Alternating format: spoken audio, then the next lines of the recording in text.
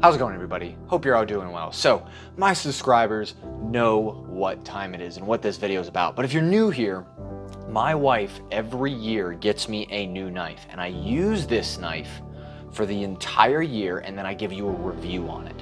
So, subscribers are interested to see, hey, what knife did I transition to? So the last knife that I was using all of 2023 was a Paramilitary 3, which was a very awesome knife. I really enjoy this thing. A lot of good things to say about it, and enjoyed it very much so.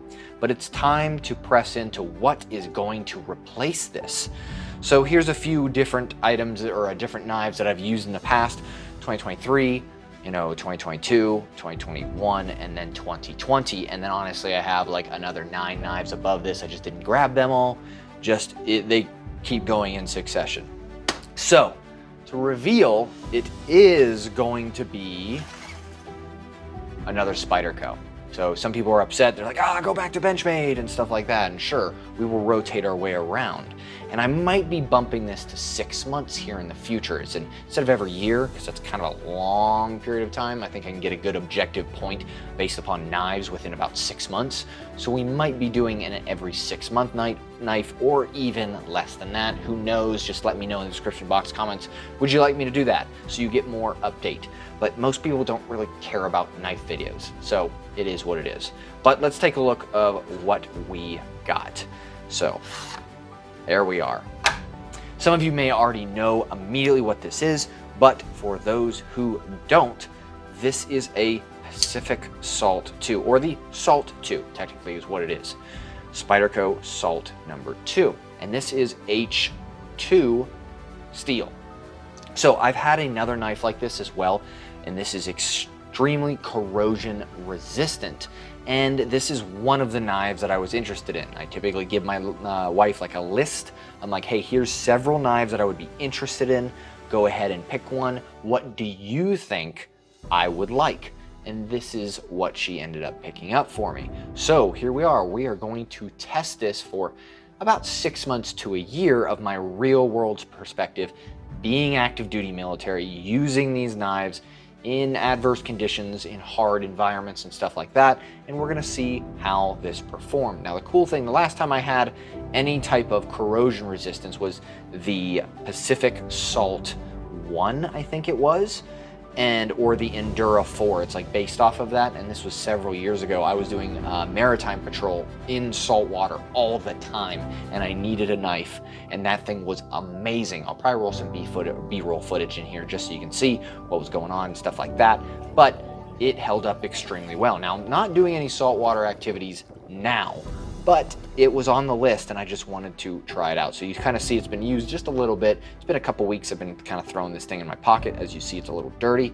Yellow, super cool. So if it drops on the ground in the grass, you don't lose it. Typically like knives like that are, darker color or more, camouflage in essence, they kind of tend to disappear in the grass. So I've been gravitating recently towards brighter colored knives for that, to prevent that from happening, to prevent losing them, especially at nighttime. I almost lost the Tenacious Lightweight actually, and because it's just solid black, and luckily I didn't. I did hear it hit the ground and I had to look for it real quick, and I was like, oh, there it is. But this picks up quite a bit easier. So don't have a lot of data on this right now. I like it so far. I do like the blade profile. It works out extremely well, but we're gonna see here coming in the future, how do I like this? Now this is a little bit different because it's like a traditional lock in the back. You can still use, you can still close it with one hand and stuff like that, or go off a pant leg and you can brush it.